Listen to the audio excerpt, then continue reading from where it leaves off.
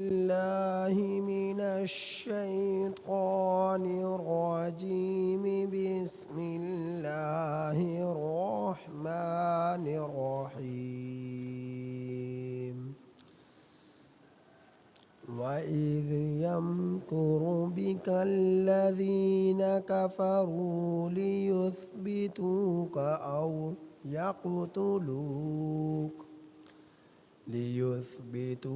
أو يقتلوك أو يخرجوك ويمكرون ويمكر الله والله خير الماكرين.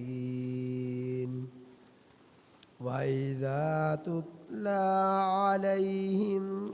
آياتنا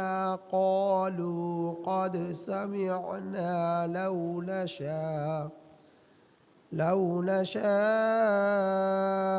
لقلنا مثل هذا إن هذا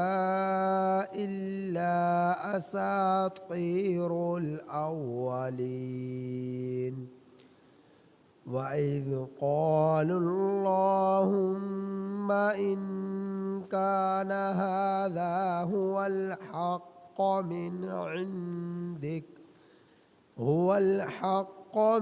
عندك فأمطر علينا حجارة من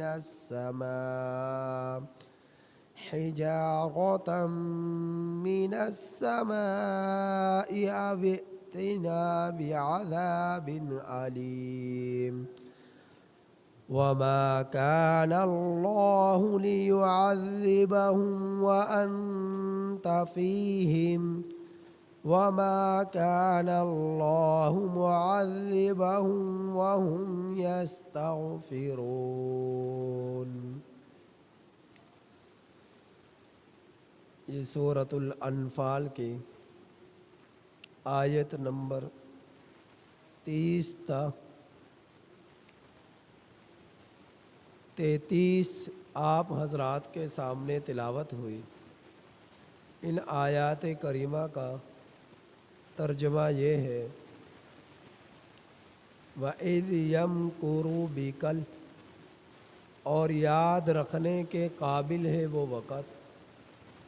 کہ جس وقت آپ کے بارے میں وہ لوگ تدبیر کر رہے تھے، الذین کفروا، جنہوں نے کفر کیا،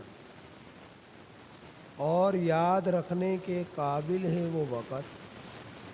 کہ جس وقت آپ کے بارے میں دعویٰ کر رہے تھے وہ لوگ جنہوں نے کفر کیا، یثبتوک، تاکہ وہ لوگ آپ کو گرفتار کر لیں، او یقتلوک، یا وہ لوگ آپ کو قتل کر ڈالیں،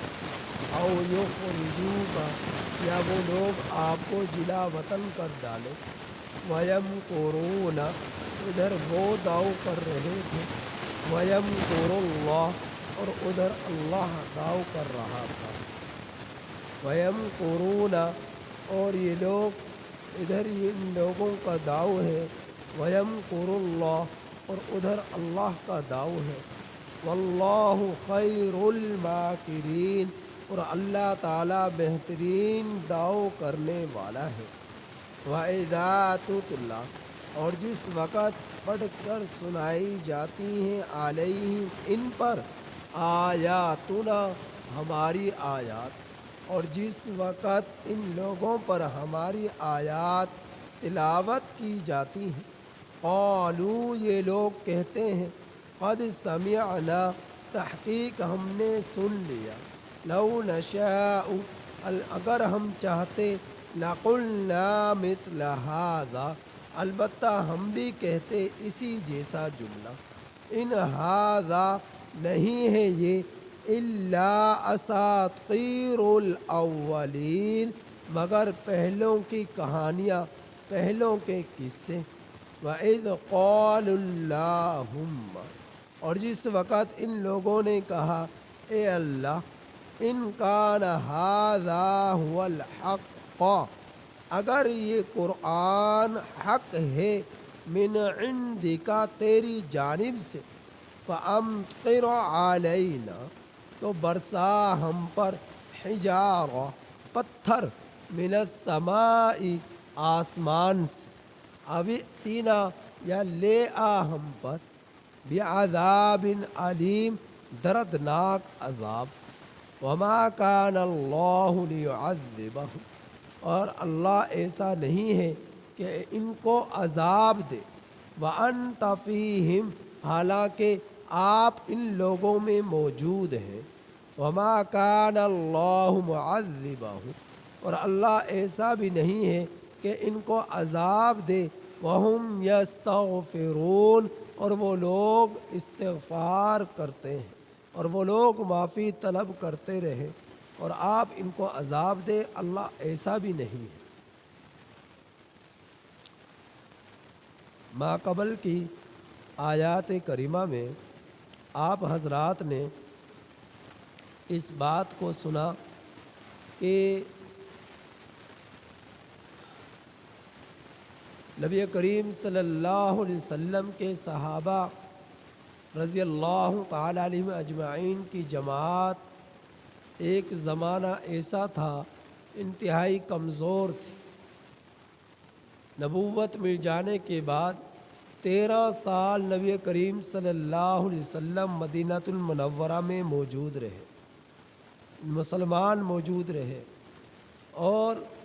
کافروں کے بدبختوں کا ظلم کا شکار رہے،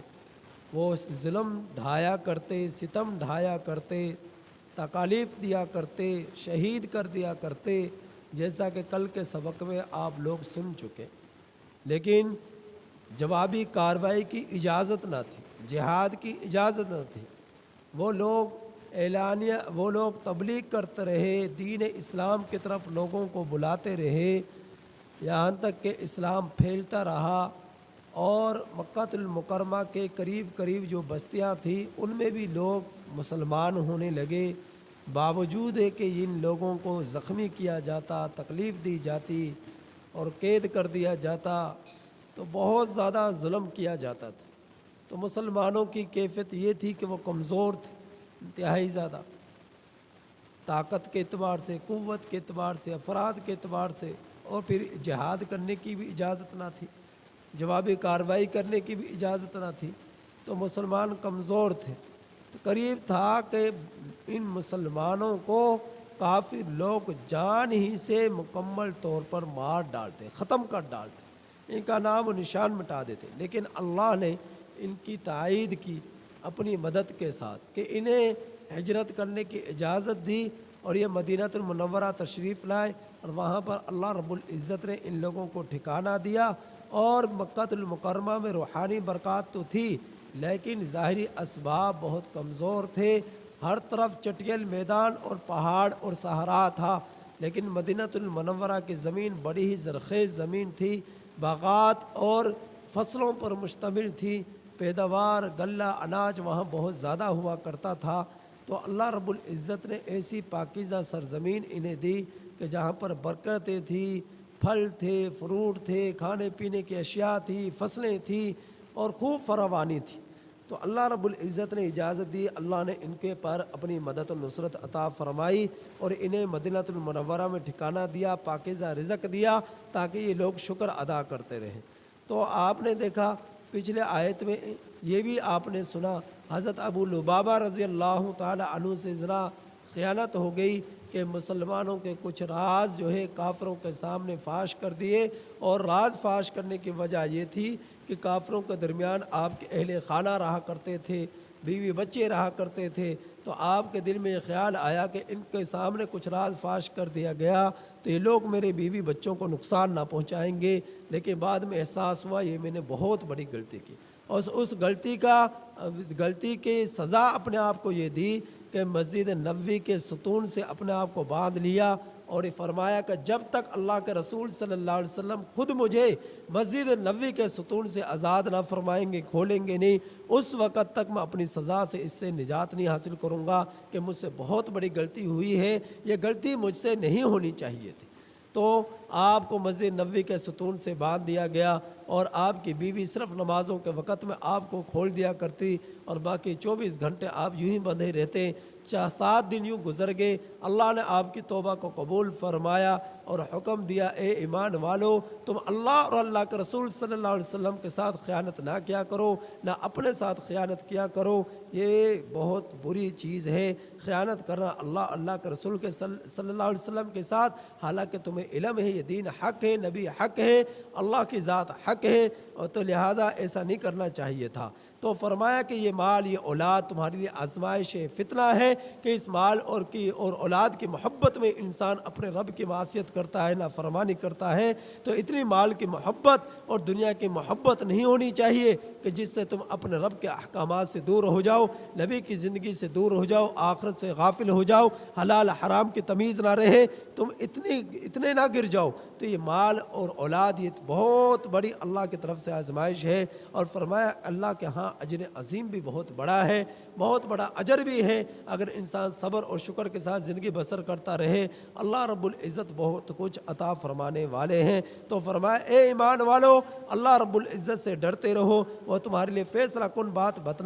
بنا دے گا اور مٹا دے گا تم سے تمہاری خطائیں اور بخش دے گا تمہیں، اور فرمائے گا اللہ کی ذات بڑی ہی فضل والی ہے۔ تو اللہ رب العزت سے جو ڈرتا ہے، تقوی اختیار کرتا ہے، اس کے لیے 3 طرح کے انعامات ملتے ہیں۔ نمبر 1، ان سے اللہ ان کی خطائیں دور فرما دیتے ہیں۔ نمبر 2، اللہ رب العزت ان کے حق میں فیصلہ کن بات ارشاد فرما دیتے ہیں، جس طرح کہ مدینہ المنورہ میں غزوہ بدر میں کافروں مشرکوں سے مقابلہ کرتے ہوئے 313 1000 پر غالب آ گئے، تو اللہ رب العزت نے کیا خوب فیصلہ فرمایا، اور فرمایا کہ اللہ رب العزت تمہاری خطائیں، تمہارے جو گناہ تم سے ہوئے انہیں بھی معاف فرما دیں گے، اور اللہ تعالیٰ تمہیں آخرت کا انعام یہ دیں گے کہ تمہاری مغفرت فرما دیں گے، بخشش فرما دیں گے، یہ اللہ کی طرف سے انعام ہوگا اور اللہ کا فضل ہوگا۔ تو اللہ تعالیٰ آج کے آیات کریمہ فرما رہے ہیں کہ ایک وقت وہ تھا کہ جس وقت میں کافروں نے تدبیر کی، مکر کیا، مسلمانوں کے خلاف داؤ پیچ کھیلا اور کھیلنے کی کوشش کی،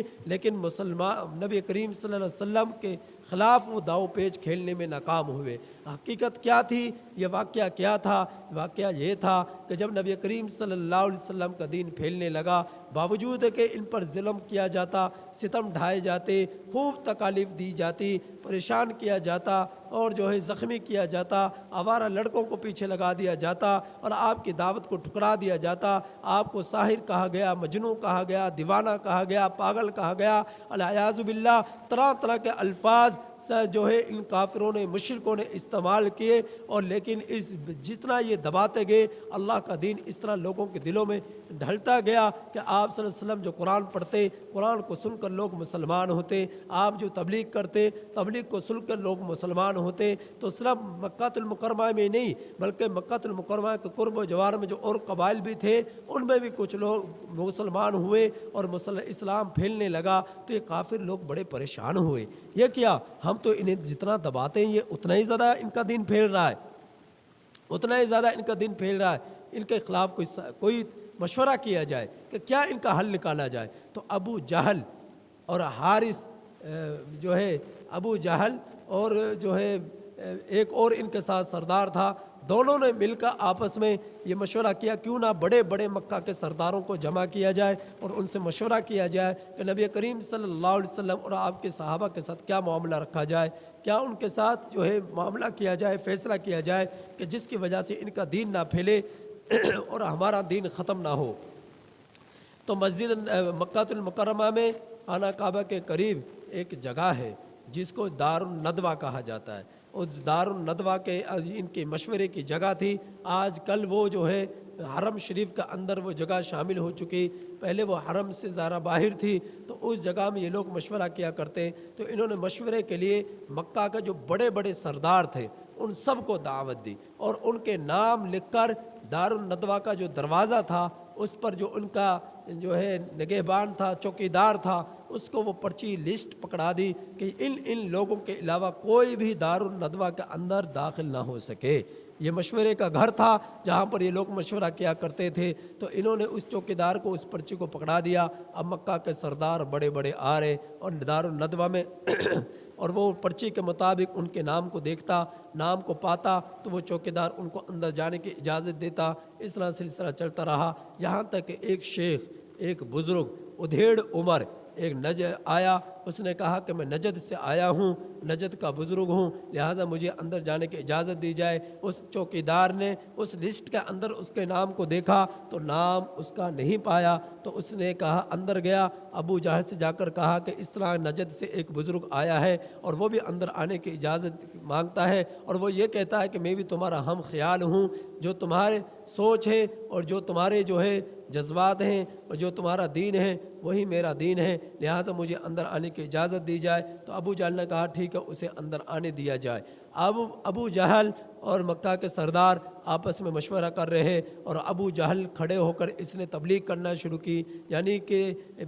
تقریر کرنا شروع کی، اور تقریر میں اس نے یہ کہا کہ اے لوگو، تم جانتے ہو کہ محمد صلی اللہ علیہ وسلم جو ہے مکہ کا اندر جو ہے نبوت کا دعویٰ کر چکا ہے، تمہارے دین کو برا بھلا کہتا ہے، اپنے دین کو حق بتلاتا ہے، اور تمہارے معبودوں کو بارے میں برا بھلا کہتا ہے، اور تمہیں ایک اللہ کی طرف لانے کی دعوت دیتا ہے۔ تو ہم نے جو ہے اس کے خلاف کیا سازش کی جائے کہ اس کے یہ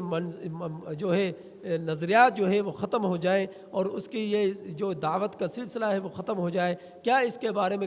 مشورہ کیا جائے، وگرنہ تو ہمارا دین ختم ہو جائے گا اور ایک دن یہ غالب آ جائے گا اور اس کا دین پھیل جائے گا اور ہم لوگ کمزور ہو جائیں گے اور یہ طاقتور ہو جائے گا، لہٰذا اس کے بارے میں کوئی مشورہ دیجیے۔ تو پھر کیا ہوا، مکہ کے سرداروں میں سے ایک سردار اٹھا، اس نے کہا کہ اسے قید میں ڈال دیا جائے۔ تو ابو جہل نے کہا نہیں، قید میں ڈالے جانے کا تو ہم جو ہے ہیلا اپنا چکے ہیں کہ شعیب ابی طالب کے اندر جو ہے 3 سال نبی کریم صلی اللہ علیہ وسلم کو قید رکھا گیا، جس میں کھانا پینا جو ہے غلہ اناج سب کچھ نبی کریم صلی اللہ علیہ وسلم کا بند کر دیا گیا اور بائیکاٹ کر دیا گیا۔ کوئی شخص آپ صلی اللہ علیہ وسلم سے مل نہیں سکتا تھا، آپ کے لیے کھانے پینے کا جو ہے نظام جو ہے وہ ختم کر دیا گیا۔ آپ پتے کھا کھا کر آپ کے اہل خانہ نے گزارا کیا شعیب ابی طالب کے اندر۔ تو وہ کہنے لگا کہ اس کے باوجود لوگ مسلمان ہوتے رہے اور آپ سے متاثر ہوتے رہے، آپ جو قرآن پڑھتے ہیں اس میں بڑی تاثیر ہے، تو لوگ قرآن کو سن کر مسلمان ہوتے رہے، تو گرفتار کیے جانے کا ہیلا تو ہم اپنا چکے، گرفتار کیے جانے کا حربہ تو ہم اپنا چکے، لہٰذا یہ مشورہ بھی ٹھیک نہیں ہے۔ پھر دوسرا شخص کھڑا ہوا، اس نے کہا کہ اسے جلا وطن کر دیا جائے، نہ ہم اسے دیکھ سکیں گے نہ وہ ہمیں دیکھ سکے گا، ہماری آنکھوں کو سرور ملے گا، ٹھنڈک ملے گی اور ہماری پریشانی دور ہو جائے گی۔ ابو جہل پھر کھڑا ہوا، اس نے کھڑے ہو کر کہا نہیں، ایسا بھی ہم نہیں کر سکتے، یہاں پر تو اسے پھر بھی ہمارا ڈر خوف ہے، ہم لوگوں نے رکاوٹ ڈالی ہوئی ہے اور ہم لوگ تکلیف انہیں پہنچاتے ہیں، اس کے دین کو پھیلنے نہیں دیتے، باہر والے لوگوں کو ان سے ملنے نہیں دیتے اور ان کو باہر والے لوگوں سے ملنے نہیں دیتے۔ اگر ان کو جلا وطن کر دیا گیا تو یہ کسی اور ملک میں چلے گئے تو وہاں جا کر لوگوں میں ان کا دین پھیلے گا اور لوگ ان سے متاثر ہوں گے، پھر یہ ایک طاقت اختیار کرے گا اور پھر طاقت اختیار کر کے ہم پر حملہ آور ہوگا اور پھر گن گن کر چن کر ہم سے بدلہ لے گا، جو ہم نے ان کو تکلیف پہنچائی ہے، ان کے ساتھیوں کو جو شہید کیا ہے وہ ایک ایک کر ہم سے بدلہ لے گا، لہٰذا ہم جلا وطن کرنے کی بھی اجازت مشورہ نہیں دے سکتے۔ پھر تیسرا شخص کھڑا ہوا، اس نے کہا کہ اس شخص کو قتل کر دیا جائے، الیاذ باللہ۔ نبی کریم صلی اللہ علیہ وسلم کے بارے میں مشورہ ہوا کہ نبی کریم صلی اللہ علیہ وسلم کو شہید کر دیا جائے، جب انہیں شہید کر دیا گیا تو ان کا دین ختم ہو جائے گا اور کوئی دعوت اس کے ہاتھ پر اسلام قبول کرنے والا نہ ہوگا، ایمان قبول کرنے والا نہ ہوگا، بیعت کرنے والا موجود نہ ہوگا، لہٰذا ایک ہی حل ہے کہ اسے قتل کر دیا جائے۔ جب تیسرے شخص نے رائے دی تو یہ نجد سے جو منسوب کرنے والا جو بزرگ تھا، جو آیا تھا، یہ شیطان ابلیس تھا، لعین تھا، یہ کھڑا ہوا کہ یہ جو مشورہ تیسرے شخص نے دیا ہے قتل کیے جانے کا، میں اس کے حق میں ہوں، یہ مشورہ سب سے بیسٹ ہے، بہتر ہے، لہٰذا اس مشورے پر عمل کیا جائے اور اس شخص کو قتل کر دیا جائے۔ تو ابو جہل نے کہا کہ ٹھیک ہے، یہی مشورہ ہے۔ سب سرداروں نے اس بات کو سراہا اور کہنے لگے کہ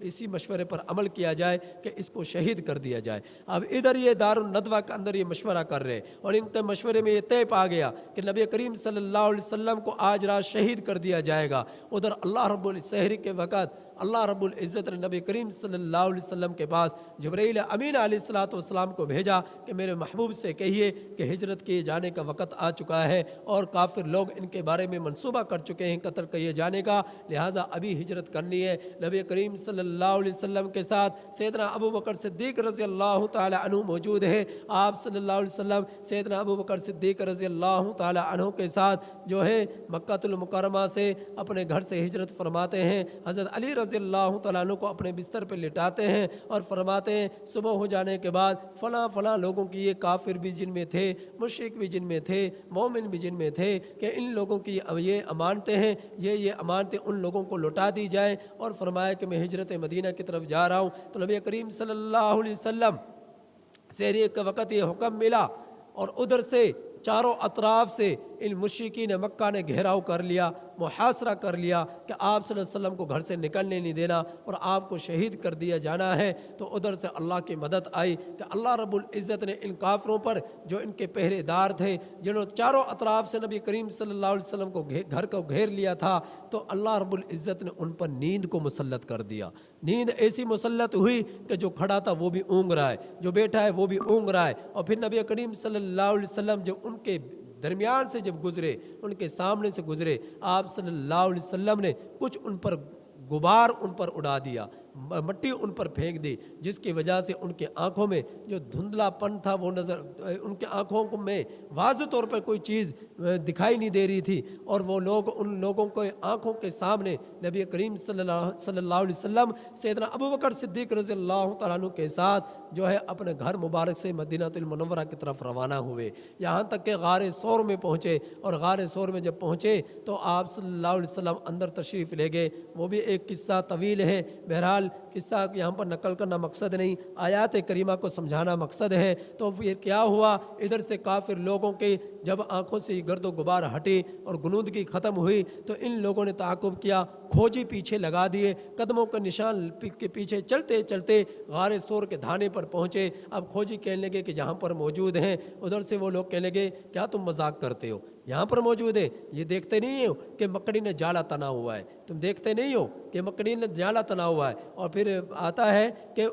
کبوتری نے انڈے بھی دیے ہوئے، ایک یا دو انڈے بھی گھونسلے کے اندر موجود تھے۔ تو اللہ رب العزت نے یہ داؤ کھیلا، ادھر سے انہوں نے داؤ کھیلا کہ آپ صلی اللہ علیہ وسلم کو شہید کیا جانا ہے، ادھر سے اللہ نے داؤ کھیلا کہ مکڑی کا جالا تن دیا گیا اور کبوتری نے گھونسلہ بنا لیا اور اس میں انڈے دے دیے۔ کسی کی عقل اب کام ہی نہیں کر سکتی کہ اس کے اندر بھی، اس جالے کے پیچھے بھی، اس گھونسلے کے پیچھے بھی، ان انڈوں کے دوسری جانب بھی اللہ کے پیغمبر ہو سکتے ہیں۔ تو ادھر سے اللہ نے داؤ کھیلا، ادھر انہوں نے اللہ داؤ کھیلا۔ تو اللہ کی تدبیر، اللہ کا داؤ بہترین داؤ تھا، اللہ کا داؤ بہترین داؤ تھا۔ اللہ رب العزت نے اس کا ذکر ان آیات کریمہ میں ارشاد فرمایا، جو انہوں نے مشورہ کیا اس کا بھی ذکر فرمایا۔ تو اب آیات کریمہ کو دیکھیے، وَإِذْ يَمْكُرُ بِكَ الَّذِينَ كَفَرُوا، اور یاد رکھنے کے قابل ہے وہ وقت کہ جس وقت نبی کریم صلی اللہ علیہ وسلم کے بارے میں کافر لوگ تدبیر کر رہے، داؤ کھیل رہے اور جو ہے تدبیر کر رہے،